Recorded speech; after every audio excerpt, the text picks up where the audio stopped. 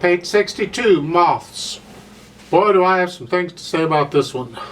It's in cut time, 2/2 time, meaning 2 beats to a measure and a half note gets a count. So these eighth notes are like 1 E-enda, 2 E-enda, 1 E-enda, 2 E-enda. However, as with any cut time piece, when you're first learning it, you convert it into 4/4 time many times. Not always, but many times. And just take it nice and slow 4. So the eighth notes are 1 and 2 and 3 and 4 and etc. I like to talk about the right hand first. We got staccatos all over the place. Pick up beat there at the beginning, so it comes in on the end of 2 if you're doing cut time, or it comes in on beat 4 if you're doing 4/4 time. So it's 4 and here. Now watch this fingering. Here in the right hand, and then the left hand's going to get a beat, and then up here, and the left hand's going to cross over. I'm going to stick with just the right hand right now. And it's staccato there for the first couple of measures, just really light.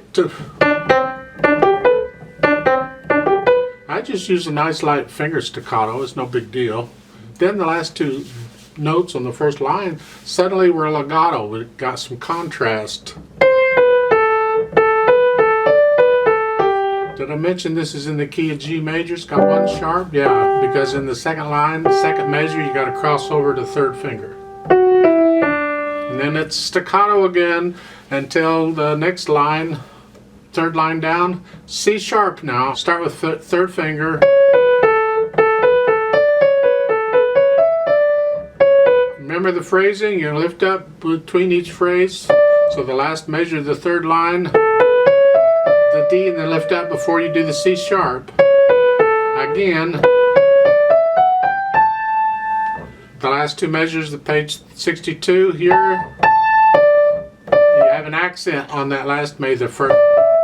It's also a sforzando. I don't know why they put an accent and a sforzando both. It's kind of redundant. And then drop down. Again, that's sforzando. And then again up here. You're all over the place. Now you're sort of soft.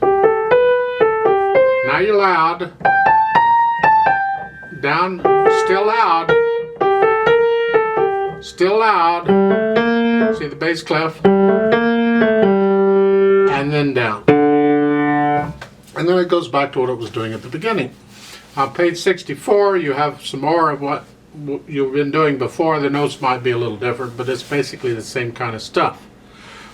Starting with the last 2 eighth notes on the first line on page 64. It's here, and then the left hand takes it, and then the right hand, 2 staccatos, then the left hand, then I don't know why they phrased it this way, but they did. So you would lift up after the A in the last measure of the second line. Do the F sharp, and then if you lift up again before you go on, so you're kind of separating the F sharp from everything else. Now the rest of this I think you can get to just, you got bass clef and treble clef, and it's mixing that all up. For the left hand, you're supporting it sort of, but then the left hand gets melody part time too at the beginning. This first note it gets, the B is melody, so that's melody too. That's melody. And then it's smooth. Keep the left hand soft. And then staccato. And then sort of loud. But the left hand stays soft.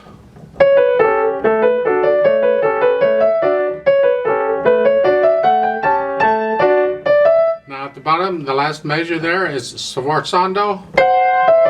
Again, it's the right hand that we want to hear. So make sure the right hand is louder than the left. Then come down an octave. Now go back up. That's an F natural on the left hand. Down an octave. Up an octave. Oh, this is interesting. First measure, second line, page 63, left hand. C sharp, E flat. Isn't that nice? Get the same thing in the next one. And the last one. And then left. And now, on the third line, first measure. This half note in the right hand has a fermata. It's a hold. In the left hand, you have 2 beats rest and then a fermata quarter note. So you're going to hold the half note fermata longer. And when I do it with a metronome, I double it. So I'll hold it for 4 counts. And then the left hand plays, let up on the right hand. You're done with that. And I'm going to hold that for 2 counts. It's held out 2, but not as long as the half note. So the and then go on. It's on page 64. In the left hand, starting with the second measure, you're here, staccato, and then legato, and then the last measure, the first line, the G's a half note. Hold it down for 2 counts. So hold it down when you play the D. You've got both notes.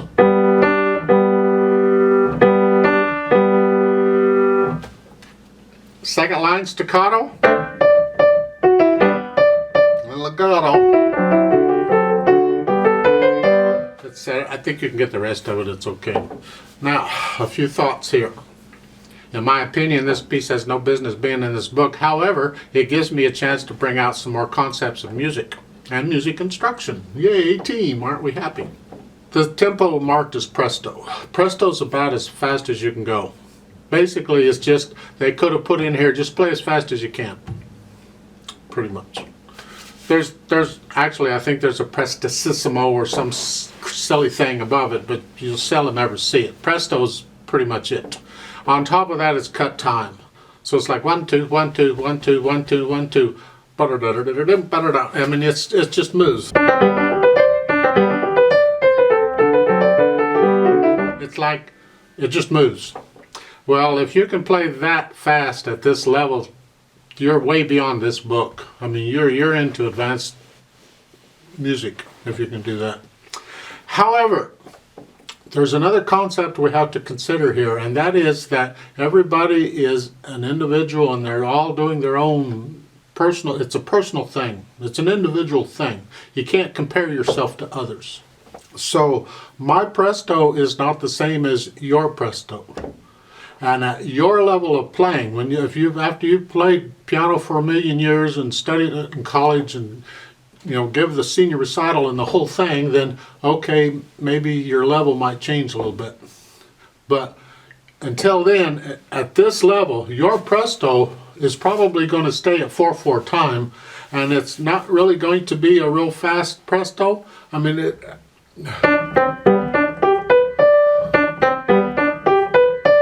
if that's your presto, that's close enough. The point is, it's sort of fast. Well, it's very fast, but it's your very fast. We all have our speed limit. We can't go beyond. So don't let the tempo throw you. It's a personal thing. Your presto is different from somebody else's presto. Otherwise, in my opinion, this piece has no business being in this book at all. But you slow it down and you play it at your presto and you can play it. A few minor little things here. On the staccatos, if it's a light staccato, a finger staccato, you can get away with it. Now in the left hand with this chord, you're going to have to do a wrist. And if that's confusing you mixing up finger staccato and wrist, then do wrist staccato on everything. When you get to the loud stuff, staccatos, you need to do wrist. Finger won't do it. Now on page 63, second line, keep in mind these chords in the left hand for the first 2 measures are not staccato. They're here. But in the last measure, they are staccato. So be aware of that. Make a difference between the not staccato chords and the staccato chords. So it's here.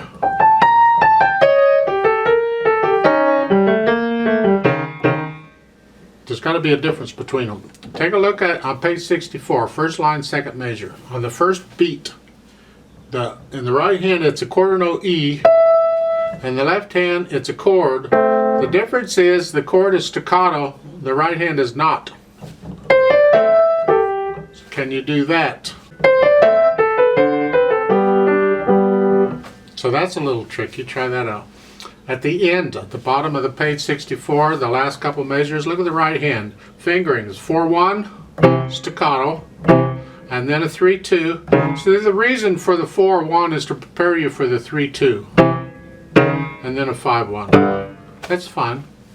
Now in the play with me, I like to do play with me. I'm going to sort of leave out the dynamics for the most part. I'm going to play it really, really, really slow. But because there's a page turn involved, I'm going to stop. I'm going to do pages 62 and 63, and then I'm going to stop. I'm going to turn the page. I'm going to count in again, 4 more counts, and then do page 64. Well, if you're playing for somebody, you can't do that. Actually, in this piece, if you're going to play it for somebody, you should have it memorized because your hands are moving around too much, and it's too fast. But if it isn't memorized, then you have to figure out a way to get the page turned without messing up the beat. Now, at the bottom here on page 63, the last measure, you're here. What I suggest you do is you fudge the fingering a little. On that measure, you play this first chord in the left hand, and that's it. And then use the left hand. While the right hand is playing the rest of the measure, use the left hand to turn the page. Which means the fingering for the right hand has to be a 1, 2, 4, 5. The right hand's going to play that high D instead of the left. So it's, and then you can turn the page that way. That's what I recommend. So let's try this out slowly. I'm going to give us 3 quarter note count in. I think so. It'll be a 1, ready, and go, and. Except I'm going to go really, really, really slow. So the right hand is here. Left hand's here, for not for long. 1, ready, and go, and.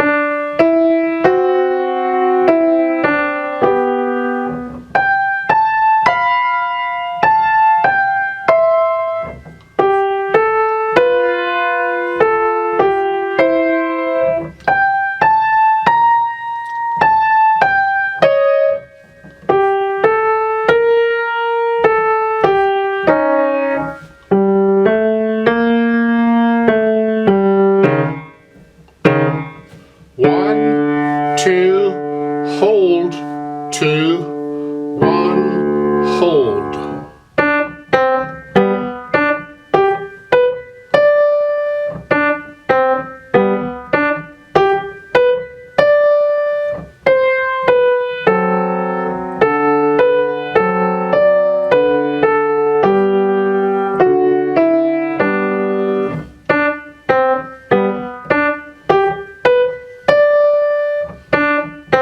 Stop, turn the page, put your hands where they go. The left hand's here, the right hand is here.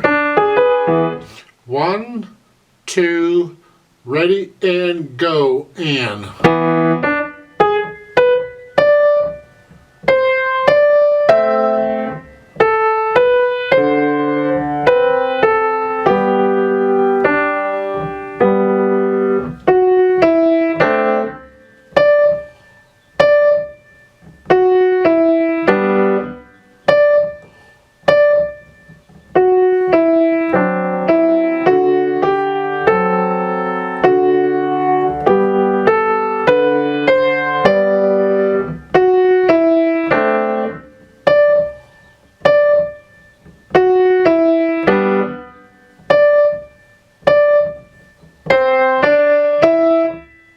wrist, to tie to wrist.